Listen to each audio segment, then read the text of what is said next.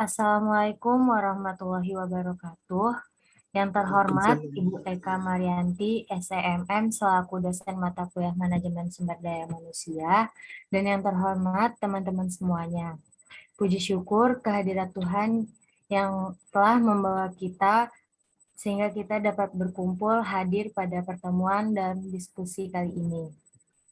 Salawat serta salam yang tak lupa pula tercurahkan kepada Baginda Rasulullah Shallallahu Alaihi Wasallam, di mana pada pertemuan kali ini topik yang akan kelompok saya presentasikan yaitu tentang pemutusan hubungan kerja. Saya Fitriani Nur Hasanah dengan nomor BP 20120067 sebagai moderator akan memandu kegiatan diskusi kali ini. Sebelum memulai menyampaikan materi, saya akan memperkenalkan rekan kelompok saya terlebih dahulu, yaitu Gilang Mahendra dengan nomor BP 20120101.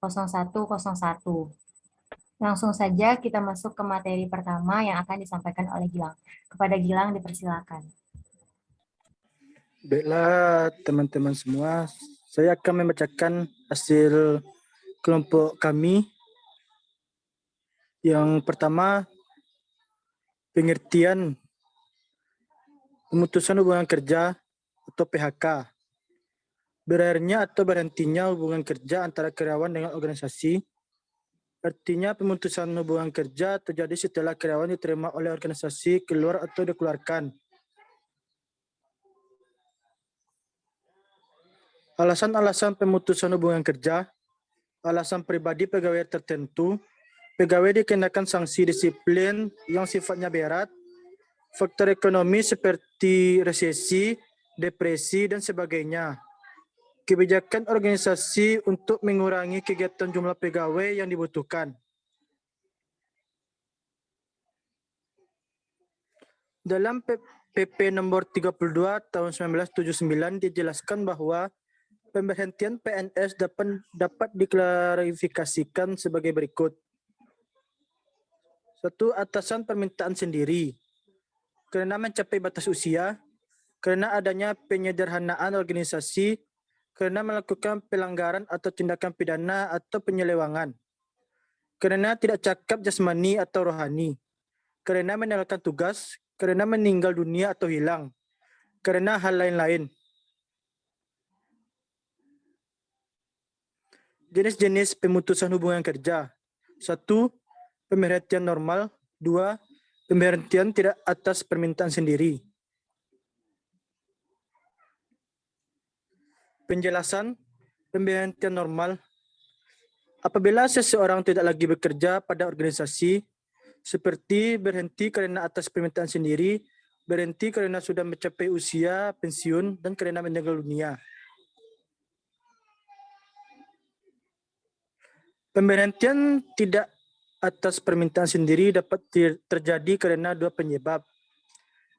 Menurunnya kegiatan organisasi sehingga mengurangi jumlah karyawan, pengenaan sanksi disiplin yang berat. Pengenaan sanksi yang berat dapat mengambil satu dari 2 bentuk berikut ini. 1. Diberhentikan dengan hormat tidak atas permintaan sendiri. 2. Pemberhentian tidak dengan hormat atau pemecatan.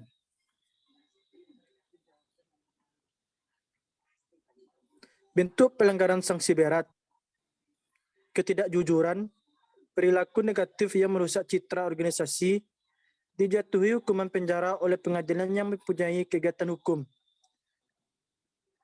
Sikap, tindakan, dan ucapan yang mengakibatkan keberadaannya dalam organisasi tidak diinginkan lagi. Strategi memperkecil risiko akibat pemutusan hubungan kerja. Yang pertama, memperkecil tingkat labor, turnover, atau keluar masuknya karyawan. Untuk dapat memperkecil tingkat perputaran karyawan, pimpinan organisasi mengusahakan agar karyawan kerasan atau senang bekerja pada organisasi tersebut, seperti memuaskan kebutuhan melalui kebutuhan rohani dan jasmani, tentu saja sesuai kemampuan organisasi.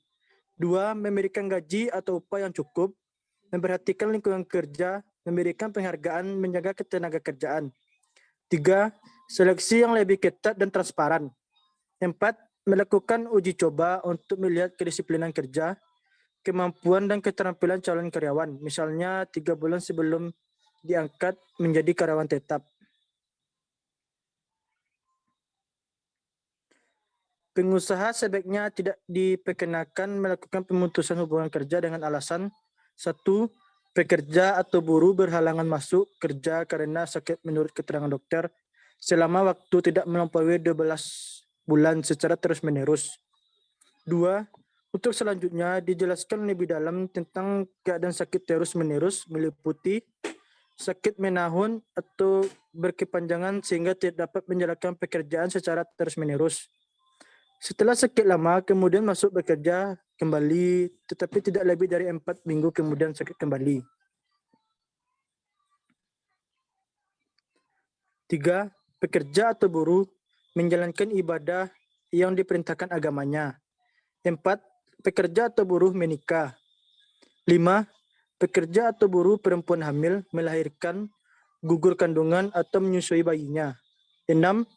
Pekerja atau buruh mempunyai pertalian darah atau ikatan perkawinan dengan pekerja atau buruh lainnya di dalam satu perusahaan, kecuali telah diatur dalam perjanjian kerja, peraturan perusahaan, atau perjanjian kerjasama.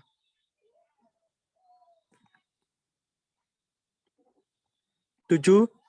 Pekerja atau buruh mendirikan menjadi anggota atau pengurus serikat pekerja atau serikat buruh. Pekerja atau buruh melakukan kegiatan serikat pekerja atau serikat buruh di luar jam kerja atau dalam jam kerja atas kesepakatan pengusaha atau berdasarkan ketentuan yang diatur dalam perjanjian kerja, peraturan perusahaan, atau perjanjian kerja bersama. 8. Pekerja atau buruh yang mengadukan pengusaha kepada yang berwajib mengenai perbuatan pengusaha yang melakukan tindak pidana kejahatan. 9. Karena perbedaan paham, agama, aliran politik, suku, warna kulit, golongan, jenis kelamin, kondisi fisik, atau status perkawinan. 10. Pekerja atau buruh dalam keadaan cacat tetap sakit akibat kecelakaan kerja atau sakit karena hubungan kerja yang menurut surat keterangan dokter yang jangka waktu penyembuhannya belum dapat dipastikan. Sekian, terima kasih. Kepada moderator. Terima kasih kepada teman-teman yang telah mendengarkan dan menyampaikan materi. Demikian presentasi dari kelompok 12. Apabila ada kata-kata yang salah, mohon dimaafkan. Wabillahi taufiq wal hidayah. Assalamualaikum warahmatullahi wabarakatuh.